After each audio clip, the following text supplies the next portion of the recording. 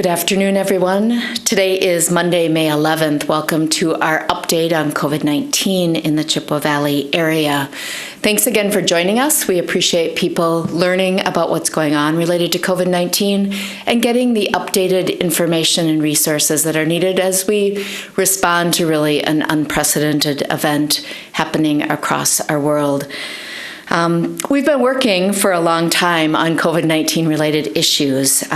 Medical workers, healthcare workers have been challenged by this across the state and the nation, making sacrifices.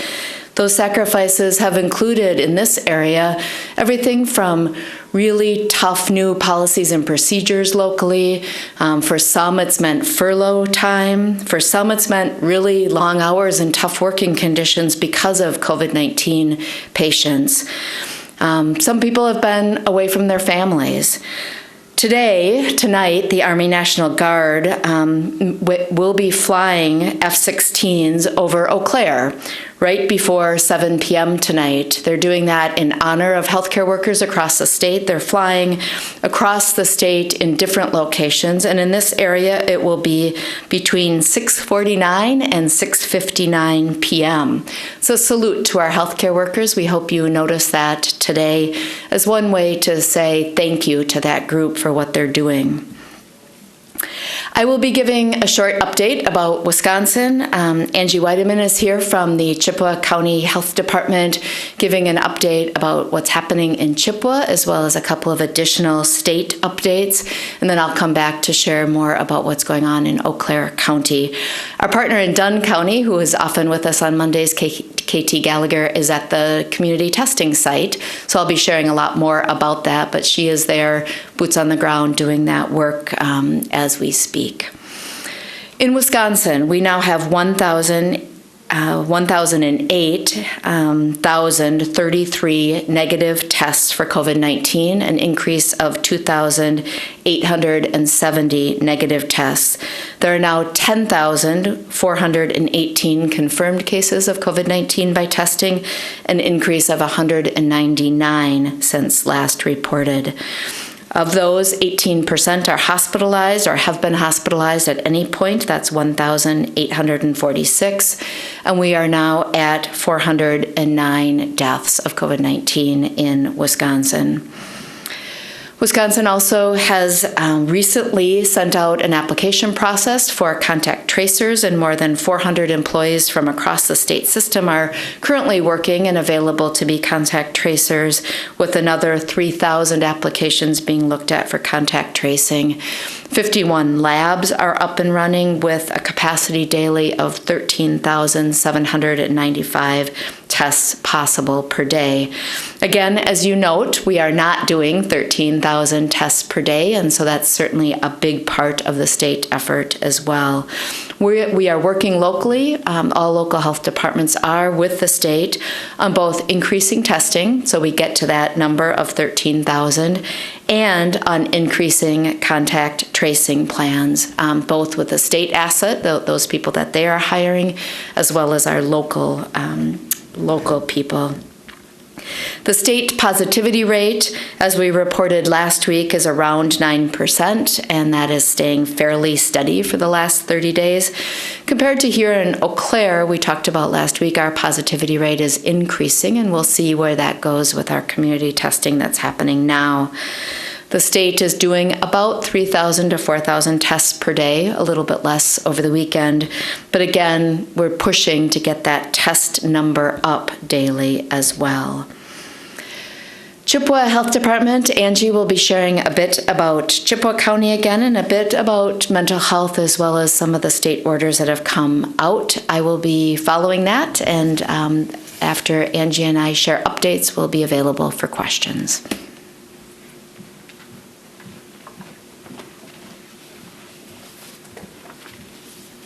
Thank you, Lisa, and thank you to the Eau Claire City County Health Department for having me today. Good afternoon. My name is Angie Weideman, and I'm the Chippewa County Public Health Director. I'd like to start with an update on case information for Chippewa County. We currently have 31 confirmed positive cases of COVID-19, and 20 of our individuals have been released from public health isolation. We currently have 1,399 negative cases. Also would like to talk today about Order 36, which was issued today, and that turns the dial on Safer at Home to add more opportunities for Wisconsin businesses to get back to work in a safe and responsible way. Emergency Order 36 allows all standalone or strip mall-based retail stores to offer in-person shopping for up to 5 customers at a time while maintaining required social distancing practices. Additionally, the emergency order signed today allows drive-in theaters to operate with some restrictions. All businesses must continue to follow all safety precautions and guidelines as outlined in the Safer at Home order. Wanted to also give a reminder today about testing site locations. As Liska mentioned, Eau Claire and Dunn County's site locations happened yesterday and today.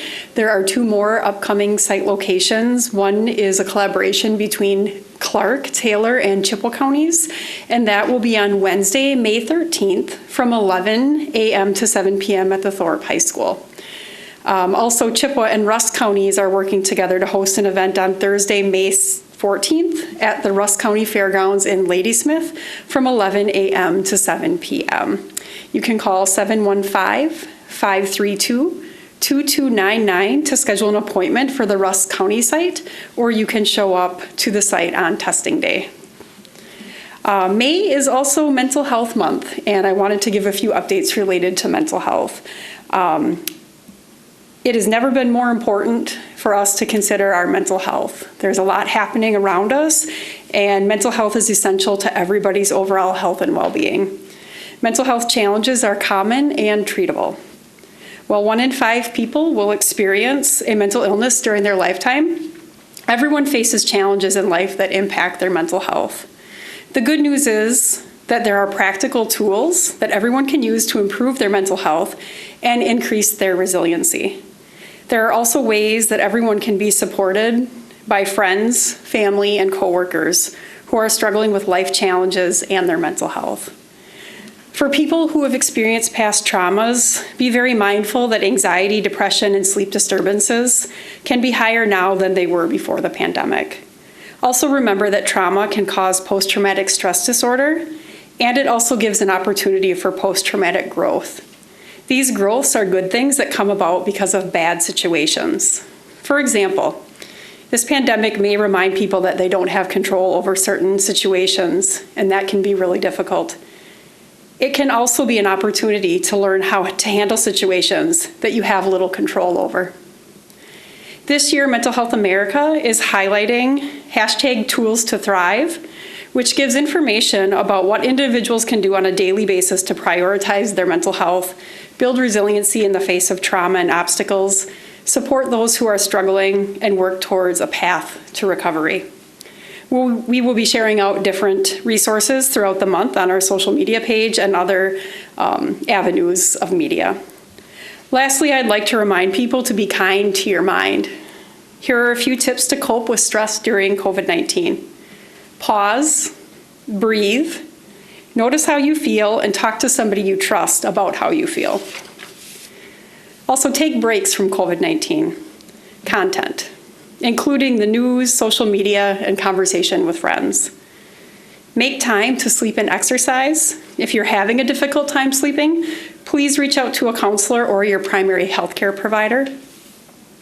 And reach out and stay connected to those you trust and care about. And also tell them what you need. For example, you could say, I need to talk about COVID-19. I'm really upset about something or anxious about something. Or you can say, I need to take a COVID-19 break. Let's talk about something else. Also, seek help if you are overwhelmed or unsafe. And to conclude today, I would like to say a special thank you to law enforcement. It is National Police Week, and law enforcement has worked very closely with public health during this pandemic to ensure public health and safety. I also want to thank all of you for joining today and for caring about public health. Liska will now come back to give updates on Eau Claire.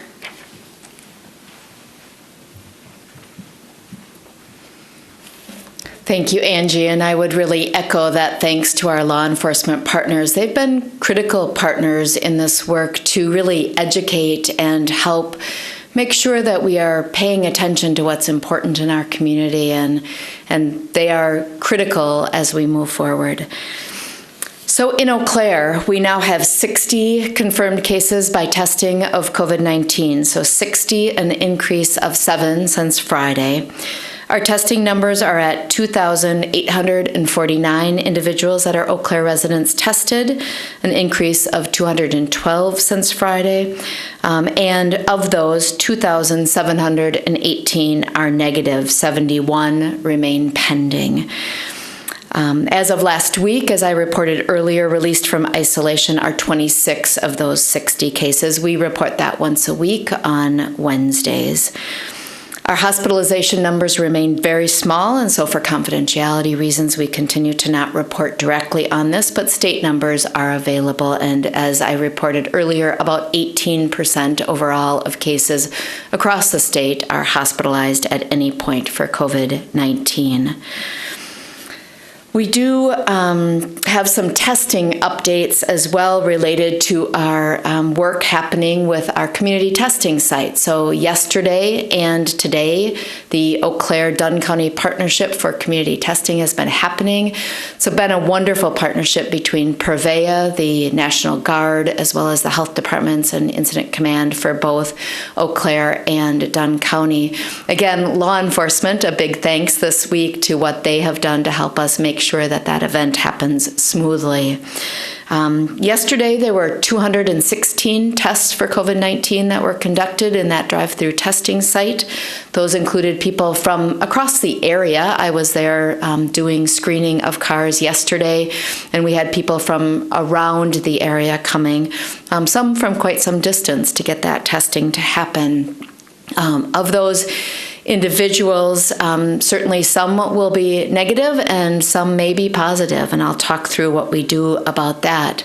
Today, the testing site is open at that same location from 11 o'clock this morning they started until 7 p.m. So certainly people that are listening to this and do have any COVID-related symptoms, even if they are minor, please go and get tested. It's an opportunity to have that done for free. There is not a medical order required. You just need to get to the site and we will get you tested. Again, it's open until 7 p.m. tonight. We encourage people to take the advantage of that opportunity. There are accommodations for people that may not have English as a first language, so people that have any need for Spanish, Hmong, or American Sign Language do have opportunities for support at that community testing site. Again, anybody that walks, bikes, runs, or drives their vehicle there, we will make sure that they are tested. As of 1:45 p.m. today, so a couple of hours ago, we had 113 tests already completed for today. So we are hoping that we will be well above 200 again for today. Thanks to everybody that's gone through the site and had some patience. At the start of each day, we had a large backlog and people had to wait a bit longer. But at this point, it's been a steady line. It has been an amazing partnership with the National Guard and with Prevea, so my incredible thanks to both of them. This testing site, as well as every test that gets done, positive tests will get a call from the health department. There will be a careful review of who people have been in contact with. That contact investigation is the core work of what we do in public health for any reportable disease, including COVID-19. This is not new work for a health department. It is what we do to make sure that communicable disease does not spread in a community.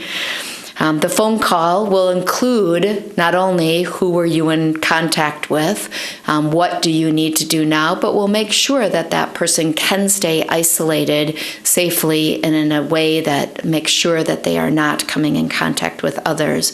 So those that are positive, when they get tested, will have that very close connection made.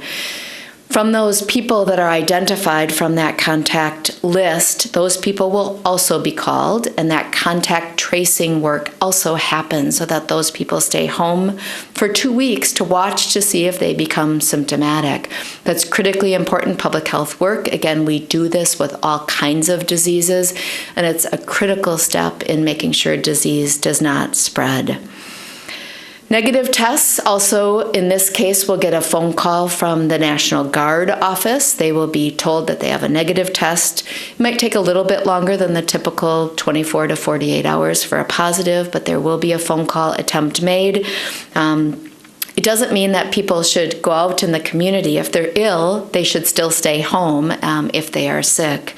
We don't want disease spread of any kind of disease, including COVID-19. It's important for everybody to stop the spread of disease, for any disease, to practice some physical distancing, to make sure they're washing their hands and do all those basic things that we want them to do.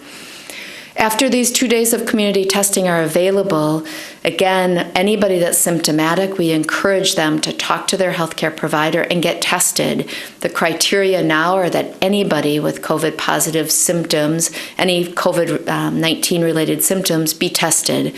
So we don't want this to stop just with this community testing event, but we want that to continue moving forward.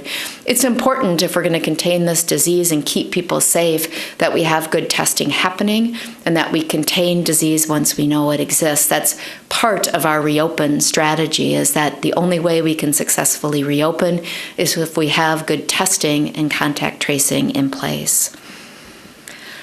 As we talked about earlier, testing statewide has expanded. There's also work at the state level to make sure that we can decontaminate N95 masks successfully.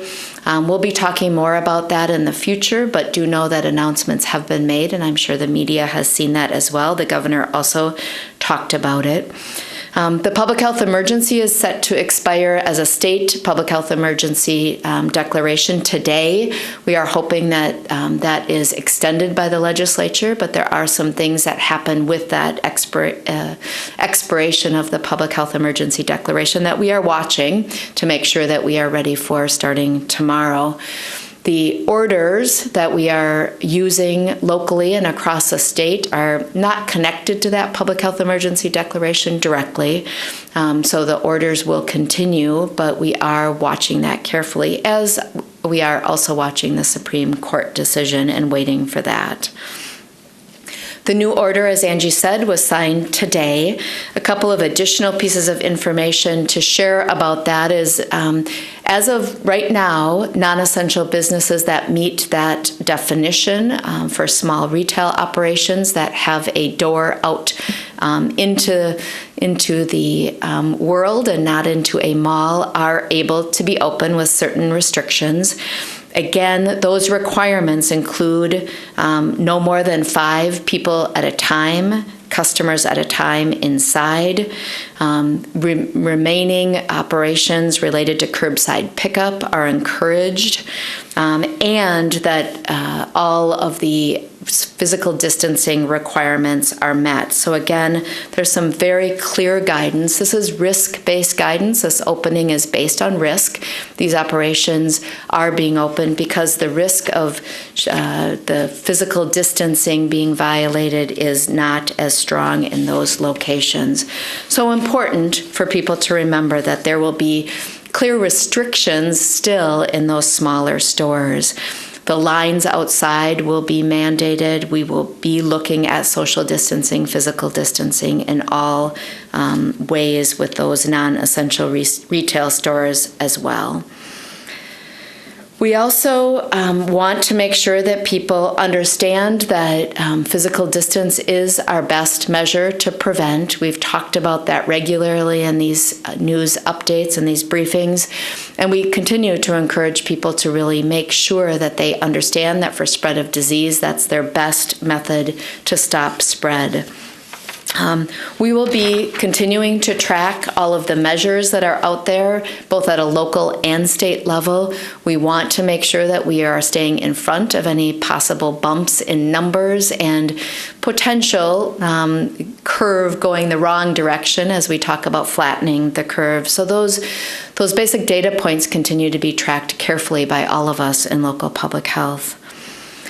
As the situation changes, we want to be sure that you have the resources and information you need. The COVID-19 eauclair.org webpage is your best resource locally in Eau Claire County to get updates. We are updating that very regularly. Our call center remains open Monday through Friday. That number is 715-831-7425. We encourage you to use both of those resources to get up-to-date information. I hope people had a good and safe Mother's Day. I know I enjoyed interacting with my children via Zoom or any other social media platform or media platform that you utilize. Mother's Day is important, so I hope people had a chance to reach out in ways that were safe with those that helped bring them to the place they are now. And we will continue our Monday, Wednesday, Friday briefings. We'll be back at 3:30 on Wednesday with updates unless something significant happens between now and then. We can take questions at this point. Yes? With more stuff being able to open up the dial turning, as you guys have phrased it, I guess in regards to enforcement of that, making sure that it's within the 5 people, within the guidelines, are you guys doing more in regards to that, going to some of these places and just making sure that these guidelines are being followed, or is it pretty much what you guys have been doing already as long as these orders have been in effect? Sure. So the question is really around enforcement of orders, particularly as things change, today being an additional change. Our primary tool in this community and across the state is education, and we are working closely with the Chippewa Valley Economic Recovery Task Force and our incident command structure to make sure that good educational information is available. The Wisconsin Economic Development Corporation, the WEDC website, now has very good resources on best practices related to safe reopening, and that is the point place now to get information on how to safely reopen any business. We have been also proactively sending materials out, and on our website there are some basic materials for businesses that we are pointing all businesses to, whether they're essential or non-essential businesses, to really think through how do we build practices that not only employees stay safe, but also customers as they walk in stay safe. So those resources have been widely available and shared with all in this community and across the state. So safe curbside pickup, safe delivery, safe in-store operations, including primary issues around physical distancing. We are also recommending that as people are out in the community and physical distance can't be maintained, that cloth face coverings be considered. So some clear mandates and some clear recommendations have been out there and are continuing to be shared. Enforcement happens when we receive complaints. Our first strategy for all of us is to go and make sure that the understanding is there, that there are requirements around certain situations, and we do that really every day. We have a team of people that makes phone calls and goes on site as necessary, and we will continue that with this order. Our goal is really to keep people safe, and I think, again, that the spread of disease is something we should all care about, not only individually care about, but our work sites need to care about that, and I know they do because they need workers, and we can't have sick workers across the board because then work sites can't be open. We also care about that for our family and friends, and we know most in Eau Claire are following because of the risk issues involved. Yes? When do you expect the results for the National Guard testing for Eau Claire to be added to the counties? Yeah, so when do we expect the county case numbers to be added, both for testing and for positive and negative case counts to be added based on the National Guard testing for the last couple of days? We do expect that probably over the next 48 hours. My hope will be that we have some of that available on Wednesday when we report to you, but we will certainly be very clear about when those numbers get added in, because that'll be a big bump in testing numbers as it happens for all of us. We already have some small additions because of testing related to other locations, but again, for only those that live in Eau Claire from our tests that happen, those numbers will be added to the Eau Claire count. Again, for all of us, whether Angie's reporting Chippewa numbers or somebody else, when you look on the state website, those are for residents from that county, no matter where they got tested, how many have been tested, and how many are positive. So that will be the same moving forward with the National Guard numbers as well. Yes? What are you looking for, in the results of this testing? Are you looking more at total positive cases? Are you looking more at the positivity rate? What do you think is important to take from this snapshot? Yeah, the question is really related to what do we think is important to take from this snapshot look at testing that we're doing with the National Guard being here for 2 days? What's important about that? What are we looking for in this community? Across the region, as we made the request to the National Guard, our focus was really on not only places where there is not as much testing happening for minimally symptomatic people to get those numbers up. That has been true in some parts of our region, but also for our part of the region, Eau Claire, Chippewa, and Dunn County, where testing is a bit better to really get a good sense of what's happening broadly related to disease. Many people that are minimally symptomatic are not getting tested. We think we will find not only getting a good sense of what disease looks like in our community if we get enough tests being done, but also we have a much better sense of how we can contain disease moving forward. The more tests we do overall, not just with this 2-day blitz, but overall the more testing we do, the better we'll be able to contain the disease moving forward. Our long-term strategy is not to keep the community shut down forever. It's really to give us a pause right now, to build our capacity to do this containment, and then contain disease moving forward.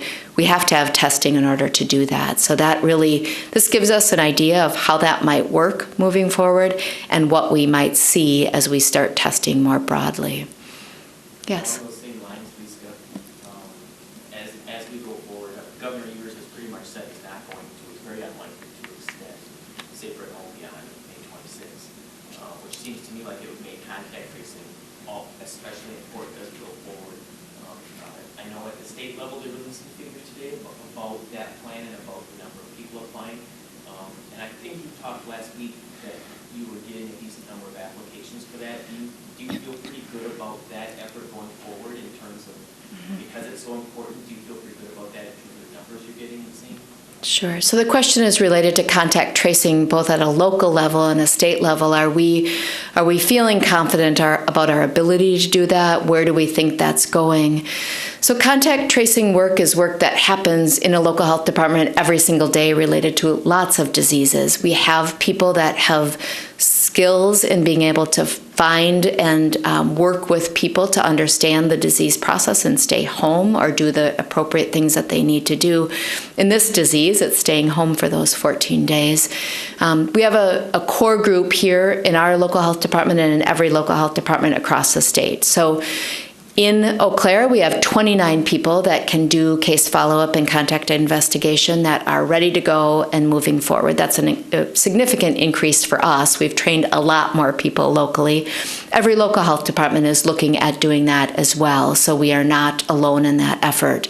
We are also utilizing the state resource of contact tracers that already exists for big bumps. So this National Guard effort, we've already talked to the state that if we get a large increase in positives from this, we will be utilizing the state resource to do that contact tracing in those cases that are not incredibly complicated. I think many people may think that this is a simple process to do contact tracing work, and it's not. It's difficult to first of all, help people remember who they've been in contact with, especially if they have complicated backgrounds and histories. It's also difficult then sometimes to contact people. So, and those individuals may have all kinds of reasons that make it difficult for them to stay home and be successful in that. They may be experiencing homelessness. They may be in situations where they're working essential jobs. They may have very complicated family or connection backgrounds. They may have mental health and substance abuse issues. We have encountered all of those as we've worked with individuals in this community, and that's true, again, across the state. So contact tracing is not an easy job. Doing it locally is critically important. A number of us were part of a state meeting on Saturday to really talk through the strategy for contact tracing moving forward. This is really a disease that's unprecedented in the number of people that need to do this kind of public health work. So the strategy moving forward is going to be informed by local health department perspective. And there's an important arm of state health department working on this, as well as local health departments working on this. So we're working with them to figure that out in the best way possible. Those hires that are being made right now at a state level is part of that strategy, but we also know locally that we need to increase capacity as well. Is there a number, like, you said you have 29 now, Mm-hmm. and it probably depends on how positive tests you get, right? Absolutely. But is there a ballpark number that you Sure. have that you feel comfortable with? Yeah, so the question is, what's the number that we're going for? That was one of the biggest questions during our state call this weekend, is what does that target need to be? We're learning every day about the average number of contacts per case, and how does that translate into workload and an FTE, or the amount of people that we need in order to do the work. There are some studies out nationally that right now are estimating that at somewhere between 30 and 40 people, full-time people, per 100,000 population. So in a community like ours, that would mean we'd need 30 to 40 full-time people to do that work, and we're certainly not there right now. What we're working with the state is to figure out the best way to position that, and is that for our basic operations moving forward, people that we would need to hire locally, or is that people that we need for a sudden outbreak? So if we have a very large outbreak, like we've seen in Brown County, for example, in Green Bay, that's a special circumstance. You don't need those people all the time, but you need a large group some of the time. How do we work through that and make sure we have both available moving forward for at least the next 6 to 9 months? You talked about the challenges of contact tracing work. Do you run into situations where people are maybe not cooperative, or they think it's invasion of privacy? And what do you say, like, how do you get past that? What would you say to folks who may have that concern? So do we run into situations where people are concerned, they think it's an invasion of privacy to do the contact tracing work? We certainly, for all kinds of diseases, have experience with people that, at least at the start of a conversation, are concerned about their privacy if they've been identified as a contact to any disease. Certainly we do this work in HIV, we do this work in all of our sexually transmitted infections. It's a hard conversation to start with when you say you are a contact to someone to a disease. Typically, and with really strong, skilled people, the conversation gets to a point where people understand that it is in their best interest and in the best interest of all the people that they interact with, that they are walked through how to keep themselves safe as well as those around them safe. That's why it's a really skilled workforce that needs to do this work. Not just anybody can. It sometimes is a tough starting point, but our experience has been that people understand as the conversation moves forward and understand how to make that work. We also work to get a yes in understanding their need to quarantine by really supporting them. Most people who are struggling have lots of reasons that they are struggling, and for us to understand that, whether they have challenges related to work or family or housing, those are all things we can work with them on, and we are committed to doing that, as are all local health departments. So we have lots of tools in our toolbox to help support people in success, and that's what we need to do in this situation. Yes? We're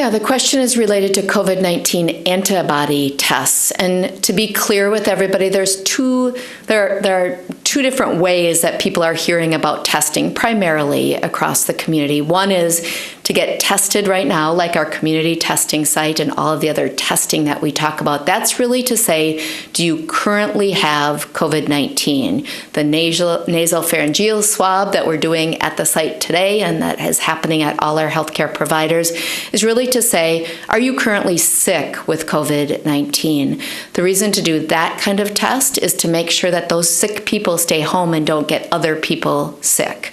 We are trying to contain the disease by doing that kind of testing. Antibody testing is a different kind of test that tells us, if it's an accurate test, if someone has ever had COVID-19. It's a blood test that's checking to see if you've ever had COVID-19 and you have antibodies in your system for that. It is a test that initially had a lot of problems, and many of the COVID-19 antibody tests were found to be not very valid. And that news was out fairly widely the last number of weeks. There are now better COVID-19 antibody tests available, so that is in fact true that test result is more accurate about whether COVID-19 is something that you've been exposed to and been ill with. But the test performance of those COVID-19 tests are not perfect. So one of the things people need to understand is if they do get an antibody test, if they choose to do that, it's not a perfect understanding of whether or not you have been exposed to this specific COVID-19 disease. It is also very clear that we don't know yet if by having a positive antibody test that you are protected from ever getting it again or are safe from not caring about this disease at all. So it is evidence of past infection, but we don't know yet if you still can get sick from COVID-19 again, and it doesn't mean that you are necessarily long-term protected or immune from that disease. Really, until we have a vaccine or until we have better understanding of the antibody test, people can't assume because they've been exposed and been ill at any point in time that they are protected long-term. We are not recommending antibody testing in this part of the state. And in fact, the state is not recommending antibody testing for broad use right now. The reason for that is that right now the best reason to do antibody testing is to get general understanding across our state of whether or not we have herd immunity. We've talked about that before. Do we have enough people that have generally had this disease, 70% or more, to think that we might be in a place, if in fact it means we're protected long term, to say it's very safe now for us to go back to normal operations. We aren't in a place right now where we've had that kind of disease spread. It's really not useful right now to understand that. What's much more useful for us is to get actual COVID-19 testing done to make sure that we're containing disease. Yeah. With weather warming up, people are more anxious to get out and start doing stuff. I guess maybe what would you say to people that maybe they have a parent or something that lives out of town, but they need their lawn mowed, they need help with landscaping stuff. Someone's doing a move and they need movers and people and stuff. I guess what kind of guidelines would you say people should keep in mind? Is that kind of travel maybe allowed if someone's from out of the area but they need help with that kind of stuff? Maybe what can you point people in the right direction with that? Sure. So the question is really what's allowable for under the current order for basic support of people that may need services or some kind of help done, help moving out, help with mowing a lawn, those kinds of basic things that need to happen. Under the order now, some basic support can happen, and essential travel is allowable for some of that basic caretaking, especially of people that can't do things on their own. Again, very strong recommendations and assurance needs to be in place that people are protecting themselves, keeping physical distance, using cloth face coverings, and making sure that they are staying away from others for spread of disease no matter where they're going. It is possible, though, to help support people with having success with some of those basic required activities. We are not encouraging travel to do just visits with people that we miss. And again, I'd love to say that that is possible, but that is part of what really we're trying to do to keep people safer at home with a small circle that they have around them.